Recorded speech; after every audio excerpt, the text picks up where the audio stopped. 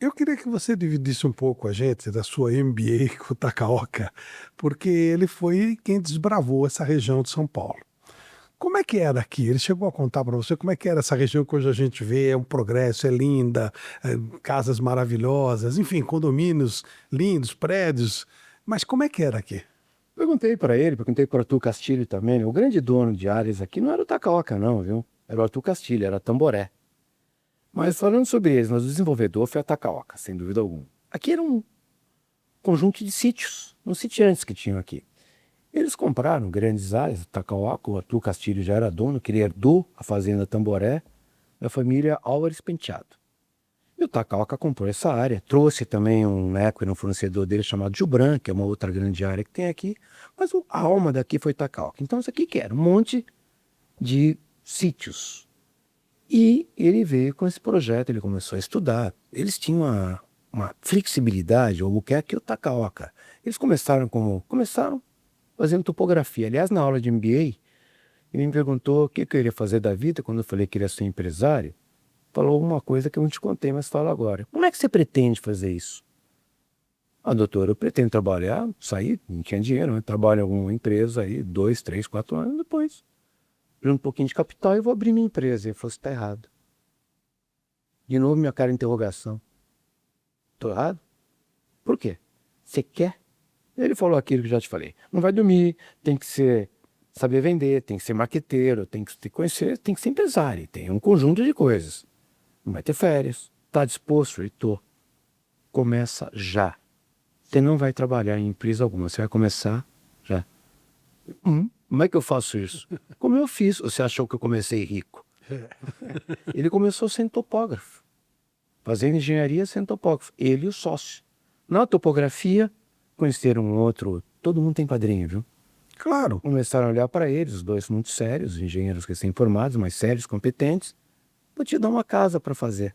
Eu lembro que ele fez uma pergunta, essa é interessante. Esse senhor que deu uma casa para fazer, falou, 2 casas, falou, olha, vai precisar fazer um poço, que não tinha, bem antigamente, né? Não tinha água potável, tinha que abrir o poço.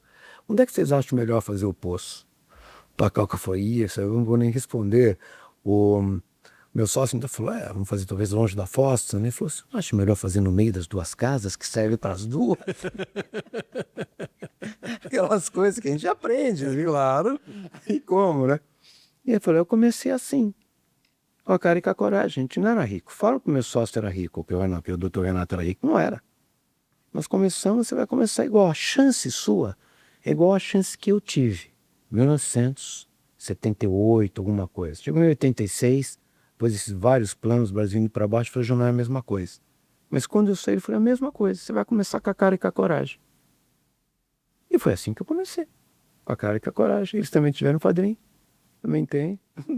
E aí estamos. Claro. E o Milton veio depois, e a história eu te contei. Mas como é que era aqui, voltando à história de Alphaville? Então, eles tiveram esses sonhos, eles foram muito ecléticos, vamos falar assim. Então, eles começaram com topógrafo, foram sem, construíram casas, depois começaram a ser empreiteiros de obra pública, fizeram muita escola. E empreiteiros de obra pública, eles fizeram para pontes, também obras públicas, eram os maiores construtores de ponte. A ponte de Barra Bonita era a maior ponte que tinha, Nossa. enorme. A ponte, E é enorme mesmo. a ponte dos Remédios, ela quase caiu por causa de falta de manutenção da ponte, mas 50 anos depois que fizeram a ponte, por isso que fizeram. Passaram para prédios, viraram incorporadores, quase quebraram com os prédios, Ilha do Sul, que eu já contei a história. E depois vieram, falaram, vamos começar, estudou outro negócio, parcelamento, loteamento, empresarial. Compraram essas áreas, fizeram um baita de um projeto lindo, começaram a atrair empresas. Uma das primeiras empresas que veio para cá foi a HP, Hewlett Packard. E a Hewlett Packard olhou aquilo e falou, eu compro. Mas vocês vão ter que desenvolver o loteamento residencial, porque senão não tem de pôr meu diretor, meus gerentes. E naquela época eles já também tinham isso nos Estados Unidos. Vá conhecer o Dr. Albuquerque, Renato Albuquerque, vai conhecer Reston, se não me engano, que é Washington. A gente tem um loteamento lá que você vai ver mais ou menos o modelo, que é um modelo empresarial, acoplado com o residencial. Aí nasceu o Alphaville 1. Como ganhar dinheiro com o Alphaville 1? Descobri que tem muito mais liquidez no residencial que o empresarial. Falou, bom, aí começou a ter um certo sucesso. Mas não era tão fácil vender. Claro. E aqui não tinha nada, né? Aqui tinha Avenida Rio Negro, Alphaville 1, grama, e tinha um pouquinho de imobiliário, né? Que o lote vendia, né? E começaram a aparecer engenheiros, precisava construir casa, isso, aquilo. Uma época interessante, Flávio, porque não tinha nada aqui, não tinha padaria, não tinha distribuidora, não tinha supermercado, nada. Estava começando a Alphaville e as casas começando a erguer. Então, muito bem, o doutor Takao mandava trazer leite como entregar na casa. Tinha umas 40 casas aqui, a Alphaville 1 tem 800 lotes, 800 não, 1.200. 800 ou 900 tem a Alphaville 2. Só tinha um. Como é que vai fazer? Como é que você vai fixar esse pessoal aqui? Tinha que trazer escola. Então, ele tinha que atrair escola para cá. E tinha que fazer, como é que você atrai gente? Então começou, era um loteamento com um projeto fantástico.